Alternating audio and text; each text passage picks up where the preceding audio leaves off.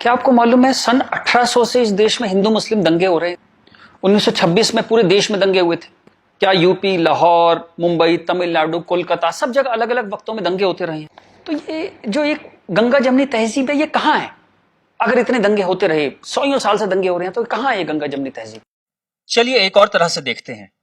आजादी का आंदोलन चला, गांधी जी हमारे लीडर थे, हम सब उन्हें प्यार करते हैं, बहुत आदर करते हैं, कोई इसमें डाउट ही नहीं है। अंबेडकर से गांधी जी का एक बार टकराव हुआ तो गांधी जी ने आमरण अनशन कर दिया अंबेडकर के घर के सामने। ये बात है 1932 की। आखिर में अंबेडकर को झुकना पड़ा, पूना पैक्ट हुआ और अंबेडकर ने एक बात कही जो बहुत प्यारी है, जो मैं गैलीलियो की बात, टक्कर की बात मानता हूं, नेवरदलेस इट मूव्स, उस टक्कर की बात मैं मानता हूं। अंबेडकर ने कहा बात तो मेरी सही है, लेकिन इस वक्त आपकी जान चली जाए ये ठीक नहीं है, क्योंकि अभी देश को आपकी जरूरत है आजादी के लिए, तो मैं अपनी मांग वापस लेता हूं। हालांकि बात तो मेरी सही है। कितनी प्यारी बात थी। उस आमरण अनशन से अंबेडकर को झुकना पड़ा। 1939 कांग्रेस का अधिवेशन तिरुचुरी, सुभाष चंद्र बोस जीत गए थे कांग्रेस अध्यक्ष के लिए, सीतारामैया हार गए थे। लेकिन गांधी जी ने कहा कि नहीं, बोस नहीं बनेंगे वरना मैं छोड़ दूंगा कांग्रेस, ये वो बहुत कुछ टेंट्रम थ्रो किया।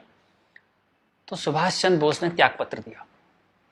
यहां भी गांधी जी की जिद आगे आई। अंग्रेजों के खिलाफ भी उन्होंने भूख हड़ताल करी तो अंग्रेजों को झुकना पड़ा। तो लोगों के दिल में ये सवाल है, मेरे दिल में सवाल था, जब मैं 7th 8th स्टैंडर्ड में था तो मैंने अपने टीचर से पूछा था, जब जिन्ना ने कहा कि इस देश का पार्टीशन होगा, बंटवारा होगा, तो गांधी जी ने उसके घर के सामने आमरण अनशन क्यों नहीं किया? इस सवाल का जवाब कौन देगा? मुझे आज तक इस सवाल का जवाब नहीं मिला। खैर उसके बाद जिन्ना अड़ गए तो पार्टीशन हुआ। 47 में पार्टीशन में करीबन 15-20 लाख डेड बॉडीज, जो हिटलर नहीं कर पाया, 15-20 लाख डेड बॉडीज हमने देखी। कुछ करोड़, 1-1.5 करोड़ लोग यहां से उजड़ के वहां गए, वहां से उजड़ के यहां आए। पूरी ह्यूमन हिस्ट्री में इससे ज्यादा डेंजरस, इससे ज्यादा खतरनाक चीज कुछ नहीं हुई। शायद वो रवांडा टूटसी में जो प्रॉब्लम हुई वही इसकी टक्कर की प्रॉब्लम होगी। सैकड़ों सैकड़ों औरतों को नंगा करके सड़क पे चलाया जाता था, उसे पिंड यात्रा कहते थे। इतनी दर्दनाक चीज, बट ये हुआ क्यों? And who failed? किस वजह से इतना बड़ा पार्टीशन हुआ? सिर्फ एक वजह से कि मुस्लिम्स ने कहा हम आपके साथ नहीं रहेंगे। और आप बकवास आज भी करे जा रहे हो गंगा जमनी तहजीब की, कौमी यकजहती की। 20 लाख लाशें गिर गई, आप अभी भी सच का सामना नहीं करोगे? उसके बाद जो पार्टीशन से लोग आए, यहां बहुत सारे शहरों में रहे और अगले 20, 25, 30 साल बड़ी गरीबी में रहे। ना उनके पास पैसे थे, ना कैंप बोल दिया जाता था, वहां कैंप में रहते थे। बहुत तकलीफों से उन्होंने 20-30 साल बिताए।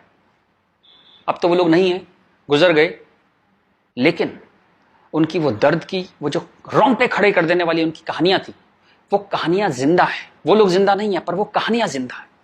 और याद रखिएगा, कहानियां अपने हीरो से, अपने कैरेक्टर से ज्यादा उम्र रखती हैं। जीसस चले गए, कहानियां हैं। राम चले गए, कृष्ण चले गए, उनकी कहानियां चलती हैं हजारों सालों से। तो वो लोग चले गए, पर वो कहानियां इस देश के सबकॉन्शियस में चली गई हैं। कलेक्टिव सबकॉन्शियस में वो कहानियां हैं। इसलिए जो आप हेट्रेड देखते हैं हिंदू मुस्लिम की, वो बड़ी एब्स्ट्रैक्ट सी हेट्रेड है। उसकी कोई शेप नहीं है, आप मालूम भी नहीं पड़ता किस वजह से या किस चीज के लिए, पर वो है। फिर आजादी हो गई, सरकार बन गई, कॉन्स्टिट्यूशन आ गया। उसके बाद फिर अजीब अजीब सी चीजें होने लगी इस देश में। शरिया की बातें होने लगी। 4 शादियां कर सकते हैं, हां कर सकते हैं। शाहबानो आती थी तो पूरा पार्लियामेंट उल्टा लटक जाता था सुप्रीम कोर्ट को दबाने के लिए। ये कुछ अजीब अजीब सी चीजें होने लगी इस देश में। तो कभी ये क्यों नहीं कहा गया कि हाँ हम शरिया पूरी तरह लागू करेंगे, हिंदू चोर जेल में जाएगा, मुसलमान चोर के हाथ काट दिए जाएंगे, क्योंकि शरिया में ऐसा कहा गया है। ये कभी कहा ही नहीं गया किसी प्लेटफॉर्म पर, लोगों के दिल में था। अब इस सवाल को दबाया कैसे गया? कांग्रेस के हाथ में ताकत आई। अब उसे इस बात से बचना था कि पार्टीशन हमारी वजह से हुआ, हम लोग फेल हो गए। तो उन्होंने सारे टेक्स्ट बुक अपने हिसाब से लेके, सारे यूनिवर्सिटीज के वाइस चांसलर्स और ये एनसीईआरटी, सीबीएसई, सबके हेड्स उन्होंने अपने आदमी भर्ती करने शुरू किए। उन्हीं लोगों को पद्मश्री देना शुरू किया, उन्हीं लोगों को तमाम मनसब और तमाम तरह की, वही चीफ गेस्ट बनते थे जलसों में। सारी टेक्स्ट बुक वैसी छपने लगी, जहां बस यही बताया जाता था कि दे दिया हमें आजादी, बिना खड़क बिना ढाल। और वो जवाहरलाल नेहरू या फूल लगाते थे और उस बच्चे उन्हें चाचा नेहरू कहते थे। लाइसेंस राज था, सारा प्रेस उन्होंने कंट्रोल किया। और खुद वो बड़े मजे से रोजा इफ्तार की पार्टियों में जाते थे। वो पार्टियां जहां ये बताया जाता था कि कोई मिसट्रस्ट नहीं है इन दोनों कौमों के बीच में, बढ़िया दावतें खा रहे थे, रोजा इफ्तार कर रहे थे। कांग्रेस बिकेम अ मछली मार पार्टी। उन्होंने मुस्लिम वोटों की फिशिंग स्टार्ट कर दी, यहां से फिशिंग स्टार्ट हुई। और अगेन वही बात, कैरेट, एक बार जब बात समझ में आ गई तो फिर जितने नए नए लीडर आने लगे, लालू, मुलायम and so on, Mamata Banerjee, सब वही फिशिंग में लग गए। मैं एक बड़ा इंटरेस्टिंग एक अपना परसेप्शन देना चाहता हूं आपको। ब्रिटिशर्स जो 47 में इंडिया छोड़ के चले गए, मान लीजिए आजादी के बाद वो यहीं रह जाते, मान लीजिए जैसे साउथ अफ्रीका में हुआ, वहां से जब अंग्रेज छोड़ के गए तो सारे अंग्रेज छोड़ के नहीं गए, बहुत सारे अंग्रेज वहीं रह गए अफ्रीका में। आप उनकी क्रिकेट टीम देखते हैं ना, सारे उनके ग्रीम स्मिथ और पोलक और सब उनके एबीडी, सारे उनके प्लेयर्स जो हैं, जो नेशनल हीरोज हैं, वो वाइट हैं। एक दो रबाडा वगैरह, रबाडा और वो सब खेल लेते हैं, बट मोस्टली वाइट्स खेलते हैं। अंग्रेज वहां से छोड़ के नहीं गए, वहीं रह गए। खैर नेल्सन मंडेला ने उनको इतना खूबसूरती से हैंडल किया कि उस देश में भी वरना पार्टीशन होता और ऐसा ही खून बहता, पर वो इतने ही स्मार्टली उन्होंने हैंडल किया। वो एक अलग कहानी है, पढ़िएगा उसके बारे में। इस दुनिया की सबसे इंस्पायरिंग कहानियों में से है जो मंडेला ने किया। Great great guy. खैर, अगर यहां ऐसा होता कि ब्रिटिशर्स यहां रह जाते, तो मैं आपको मेरा ये एक आकलन है, तो 20-30 साल बाद एक पॉलिटिकल पार्टी पैदा होती जो उनके वोट की फिशिंग करती, और हमें यह समझाया जाता कि हिंदुस्तानी और ब्रिटिशर्स में कभी कोई झंझट था ही नहीं। They were friends, they were happy. हम मिलके होली, दिवाली, ईद मनाया करते थे। और ये जनरल डायर, ये तो आप झूठी बातें हैं, जलियांवाला बाग में गोली चला दी जनरल डायर ने, ये सब एग्जेजरेशन है, राइट विंगर्स ने पैदा किया है। अगर अंग्रेजों के भी वोट यहां पे होते तो ये झूठ चलता रहा और Hindus got sick of it. पर कहने का कोई रास्ता नहीं था, कोई आउटलेट नहीं था इस बात को कहने का, कोई ऐसा चेहरा नहीं था वो जिसके साथ वो बात कहते कि वो एम्पैथी से हमारी बात सुनेगा। अब यहां मैं थोड़ी सी डिटूर लेना चाहता हूं। कांग्रेस ने इस देश की बहुत सेवा की है। अगर इतनी मॉडर्न आउटलुक के नेहरू जी ना होते तो देश यहां तक ना पहुंचता। उतनी भयंकर गरीबी में जब दंगे भी थे, वॉर भी थे, नेहरू जी ने इसरो के बारे में सोचा, एटॉमिक पावर के बारे में सोचा, आईआईटीज के बारे में सोचा। Great guy. जो उनकी अच्छाइयां वो अच्छाइयां हैं, बट इसी के साथ जो गलतियां भी उन्होंने बहुत बड़ी करी। एक इतनी बड़ी चीज को, एलिफेंट इन द रूम जिसको बोलते हैं, डायनासोर आपके सामने खड़ा था, आप उसे एड्रेस, उसका सॉल्यूशन नहीं निकाल पाए। कम से कम हाँ तो कहते डायनासोर खड़ा है। और झूठ ऐसे ऐसे चलाए, जैसे कश्मीर के बारे में झूठ चलाया। 370 का तो कुछ हो नहीं सकता भाई। महाराजा हरि सिंह ने यही शर्त पे विलय किया था कश्मीर का, क्योंकि 370 उन्होंने तब किया, तो कुछ हो ही नहीं सकता इसका। अब पता लगा ये झूठ है, महाराजा हरि सिंह ने ऐसा कुछ साइन ही नहीं किया था। ये तो दलाल टाइप के लोगों ने 1.5 साल बाद, 1.25 साल बाद लाए 370, और अंबेडकर ने साफ साफ मना किया कि नहीं है ये 370 नहीं लगाऊंगा, इतनी खराब है ये। फिर भी लगा दिया आपने, जबरदस्ती ठोक दिया आपने। अब मैं अपनी बात पे वापस आता हूं कि नरेंद्र मोदी कोई आदमी है ही नहीं, ये वो खूंटी है जिस पे पूरे देश ने अपना ये जो बरसों का गुस्सा है, 50 साल का नहीं, 150-200 सालों का गुस्सा टांगना शुरू कर दिया उस खूंटी पे। डिस्कशंस स्टार्टेड हैपनिंग, गुस्से को एक जगह मिली, एंगर फाउंड अ वेंट। चलिए एक और बात करते हैं। मेरा मानना है कि हम लोग एक एहसान फरामोश कौम है। जी बिल्कुल ठीक सुना आपने, हम एहसान फरामोश लोग हैं। गुरु अर्जुन देव, गुरु तेग बहादुर, बंदा बहादुर, भाई मती दास, हकीकत राय, गुरु गोविंद सिंह, आपने नाम सुने, सिख गुरुज, उनके साथी। जब हिंदू कौम इस्लामिक रूलर से बहुत परेशान थी, फोर्स कन्वर्जन हो रहे थे, बहुत जुल्म हो रहे थे, जजिया वजिया बहुत चीजें थी, तो इन्होंने हिंदुओं को बचाने के लिए ये सब कुर्बानियां दी। किस गुरु को जिंदा जला दिया गया, किसको गर्म तवे पे भून दिया, बात समझ रहे हैं आप, जैसे सब्जी बनाते हैं आप, गर्म तवे पे जिंदा भून दिया, किसको आरे में से बीच में से काट दिया, किसको रुई से बांध के जला दिया, किसके बच्चों को दीवार में चिनवा दिया, किसके बच्चों के दिल निकाल के बाप के मुंह में ठूस दिए। ये सब कहानियां हमने पढ़ी, इनकी कविताएं हम स्टेज पे गाया करते थे जब हम छोटे थे। हकीकत हूं, हकीकत को हकीकत जब बताऊंगा, हूं एक लाखों को हकीकत मैं बनाऊंगा। इस सारे जुल्म को सहकर हिंदुओं में से एक वॉरियर कौम पैदा हुई, खालसा। पर आजादी के बाद टेक्स्ट बुक, कांग्रेसियां टेक्स्ट बुक थी सारी, इरफान हबीब, रोमिला थापर, इन सब ने हमें हिस्ट्री पढ़ानी शुरू करी, और ये कहा गया कि भाई हम बड़े सेकुलर हैं, सेकुलर रहो और प्रोग्रेसिव बातें करो। अगर आपने ये सब बातें करी तो बड़े आप कम्युनल कहलाओगे। तो हम बड़े कंफ्यूज से हो गए कि क्या करें। तो कुछ समझ नहीं आया तो हमने सिखों पे जोक बनाने शुरू कर दिए। कल्पना कीजिए, हिंदुओं में से उठी हुई एक कौम जिसने इतने बलिदान दिए, आज हम उसके ऊपर चुटकुले बनाते हैं। बजाय उस कौम को सिर पे बिठाने के हम उस पर चुटकुले बनाने लगे। चलिए, ये वक्त भी देखा इस देश ने। यहां से प्रॉब्लम शुरू हुई। जिन जिन मुस्लिम रूलर्स के हाथों, जिससे पूरे लंबे वक्त में वो जो हमने तकलीफें सही, जैसे ब्रिटिशर्स के हाथों सही, ब्रिटिशर्स चले गए, उन मुस्लिम लोगों के हाथों जो हमने इतनी तकलीफें सही, उनको आजादी के बाद हम कुछ एड्रेस ही नहीं कर पाए और कंफ्यूज हो गए कि ये सब जुल्म हुए भी थे या नहीं थे। ये गुरुओं ने जो इतनी बलिदान दिए थे, जो इतने सैकड़ों सालों से ये जो गुरुद्वारे बने हुए हैं, ये सच्चे हैं कि नहीं है, या ये मोदी ने बना दिए जाके चुप चुप के 200-300 साल पहले मोदी ने बना दिए। अंदर ही अंदर एक कैंसर है, इस गुस्से का एक कैंसर है जो इस देश को खाए जा रहा था कई सौ साल से। वो कैंसर पार्टीशन में दिखाई दिया, आपके दो हाथ काटने पड़े, एक भारत एक पाकिस्तान बन गया, एक बांग्लादेश बन गया, दो हाथ कट गए आपके अंदर इतना बड़ा कैंसर था। लेकिन आप क्या करते हैं, आप लिपस्टिक लगाते हैं, पाउडर लिपस्टिक लगा के आप कहते हैं भाई everything is well, all is well. चलिए इस प्रॉब्लम को एक और तरह से देखते हैं। तो ये भारत पाकिस्तान बांग्लादेश तीनों को मिला दें तो करीबन 50 करोड़ मुस्लिम लोग हैं यहाँ पे रहते हैं। ये कहां से आए? इतने मुस्लिम तो अरब में भी नहीं है, मिडिल ईस्ट में इतने मुस्लिम नहीं है। इस देश में पारसी भी आए, बुद्ध हैं, राजपूत हैं, सिख हैं, बहुत कौम है, ये क्यों नहीं हो गए 50 करोड़? इस क्वेश्चन का क्या आंसर है? फिर एक दलाल टाइप के जो लोग हैं उन्होंने एक नया नैरेटिव स्टार्ट किया। ये पिछले 25-30 साल से ज्यादा जोर पकड़ा इस नैरेटिव ने, 20-25 साल से, कि ये प्यार से कन्वर्ट हो गए, ये हिंदू ही थे, प्यार से कन्वर्ट हो गए। वेरी गुड, वाह। ये कहा गया सूफी संत आते थे, दरवेश फकीर वकीर आते थे, और लोग प्यार से कन्वर्ट हो गए। मैं आपको एक एग्जांपल देता हूं। जैसे हमारा एक बहुत बड़ा देश था, ऐसे एक बहुत बड़ा देश था पर्शिया, वहां पारसी रहते थे और वो कलाओं में, ट्रेड में, एजुकेशन में बहुत ऊपर देश था, उसकी वो पूरी सिविलाइजेशन बहुत हाई पे थी।